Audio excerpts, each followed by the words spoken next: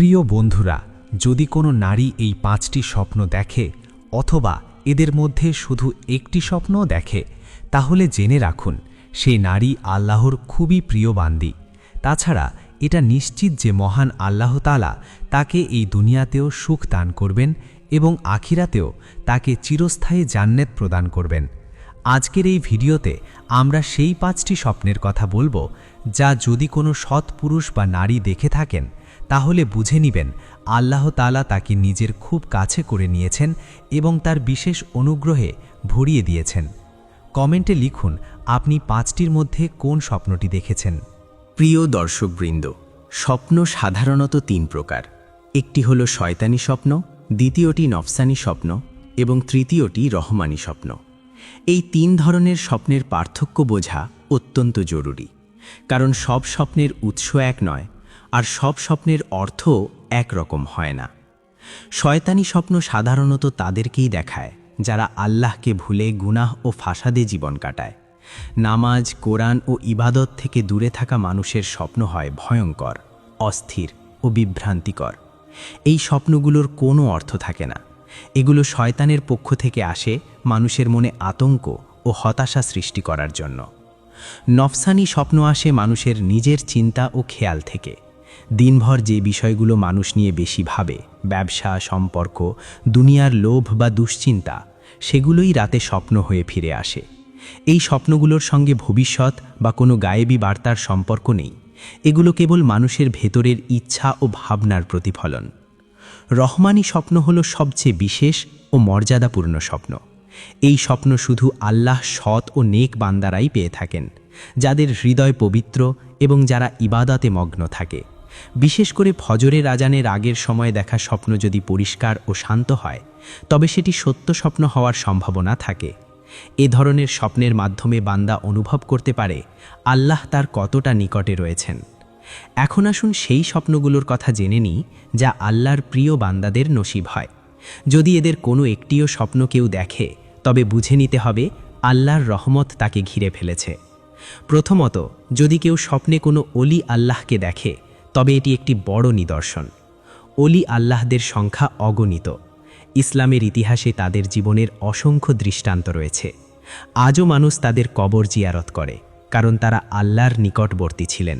তাই স্বপ্নে যদি আপনি কাউকে আল্লাহর বন্ধু হিসেবে দেখেন এবং হৃদয়ে তার প্রতি সম্মান অনুভব করেন, তবে বুঝে নিন এটি আল্লাহর পক্ষ থেকে একটি বিশেষ বার্তা। আপনি তার নৈকট্যের পথে এগোচ্ছেন। দ্বিতীয়ত, যদি কেউ স্বপ্নে কোনো নবী বা সাহাবায়ে কেরামকে দেখতে পান, তবে এটি এক মহা সুসংবাদ। হজরত আদম আলাইহিসসালাম থেকে শুরু করে আমাদের প্রিয় নবী হজরত মুহাম্মদ সাল্লাল্লাহু আলাইহিসসাল্লাম পর্যন্ত এই ধরনের স্বপ্ন অত্যন্ত মর্যাদার। এছাড়াও স্বপ্নে দরুদ পড়া, নামাজ আদায় করা, রোজা রাখা, কোরআন তেলাওয়াত করা বা ইবাদতের পরিবেশে নিজেকে দেখা, এসবই রুহানিয়াত জাগ্রত হওয়ার আলামত। এ ধরনের স্বপ্নের অর্থ হল আল্লাহ আপনার উপর বিশেষ রহমত নাজিল করছেন এবং দুনিয়া ও আখিরাতে সম্মান দান করতে চাইছেন। তবে একটি কথা মনে রাখবেন, এমন স্বপ্ন কাউকে বলবেন না। সকালে ঘুম থেকে উঠে আল্লাহর দরবারে সেজদায় পড়ে শুকরিয়া আদায় করবেন, কারণ আল্লাহ আপনাকে একটি বিশেষ মর্যাদার জন্য বেছে নিয়েছেন। এখন শুনুন এমন এক হাদিস যা মানুষের হৃদয় কাঁপিয়ে দেয়। রাসূলুল্লাহ সাল্লাল্লাহু আলাইহিওয়াসাল্লাম বলেছেন, যখন আল্লাহ কোনো বান্দাকে ভালোবাসেন, তখন তিনি হজরত জিবরাইল আলাইহিওয়াসাল্লামকে বলেন, আমি অমুক বান্দাকে ভালোবাসি, তুমিও তাকে ভালোবাসো। এরপর জিবরাইল আলাইহিওয়াসাল্লাম আসমানের ফেরেশতাদের জানিয়ে দেন, ফলে সবাই সেই বান্দাকে ভালোবাসতে শুরু করে। এরপর আল্লাহ পৃথিবীতেও মানুষের হৃদয়ে তার প্রতি ভালোবাসা বসিয়ে দেন। আর যদি আল্লাহ কোনো বান্দার উপর অসন্তুষ্ট হন, তবে আসমান ও জমিনের সৃষ্টির কাছেও সে অপছন্দনীয় হয়ে যায়। এটাই আল্লাহর ভালোবাসা ও অসন্তুষ্টির এক গভীর শিক্ষা। যদি আপনি দেখেন মানুষ আপনাকে সম্মান করে, ভালোবাসে, তবে বুঝে নিন এটি আল্লাহর অনুগ্রহ। আর যদি বিনা কারণে অবজ্ঞা ও ঘৃণার শিকার হন, তবে নিজের আমল ও জীবন পর্যালোচনা করুন। হজরত আবদুল্লাহ ইবনে আব্বাস রাদিয়াল্লাহু তাআলা আনহু বলেন, কিয়ামতের দিন সর্বপ্রথম জান্নাতে প্রবেশ করবে তারা যারা সব অবস্থায় আল্লাহর শুকরিয়া আদায় করত। এখন জানুন সেই 3টি বিশেষ রহমানি স্বপ্নের কথা। প্রথমত, যদি কেউ স্বপ্নে কোরআন তেলাওয়াত করতে দেখে, তবে এটি আল্লাহর পক্ষ থেকে সম্মান ও ও মর্যাদার ইঙ্গিত। যৌবনে এই স্বপ্ন দেখা মানে দুনিয়ায় সম্মান লাভ, আর বার্ধক্যে দেখা মানে অতীতের ভুল ক্ষমা হয়ে যাওয়ার সুসংবাদ।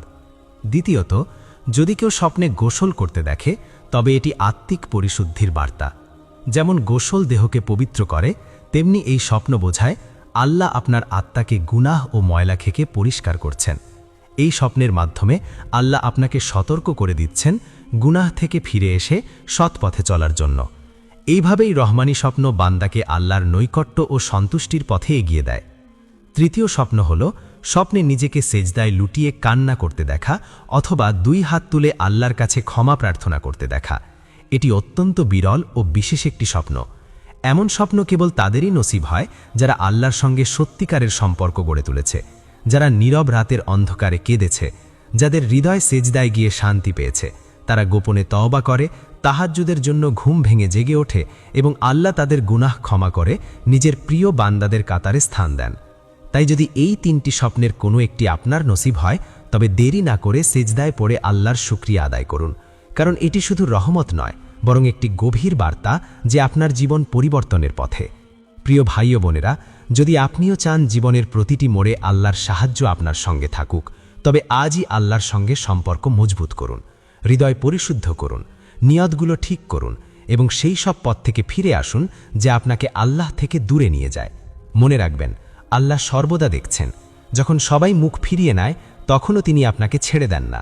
যখন সব দরজা বন্ধ হয়ে যায় তখনও তার দরজা খোলা থাকে।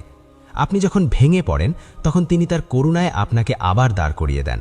তাই আজ যদি আপনার হৃদয়ে অশান্তি থাকে, চোখে অশ্রু থাকে বা জীবনের কষ্টে ক্লান্ত হয়ে পড়েন, তবে বুঝে নিন এটি উদ্দেশ্যহীন নয়। আল্লাহ চান আপনি তার দিকেই ফিরে আসুন। দেরি করবেন না, হয়তো এটাই আপনার জীবনের সবচেয়ে বড় পরিবর্তনের মুহূর্ত। আল্লাহর দিকে ফিরে যান, তওবা করুন, দোয়া করুন এবং তার রহমতের দরজায় বিনয়ের সঙ্গে কড়া নাড়ুন। নিশ্চয়ই তিনি খুব কাছেই আছেন, খুবই কাছে।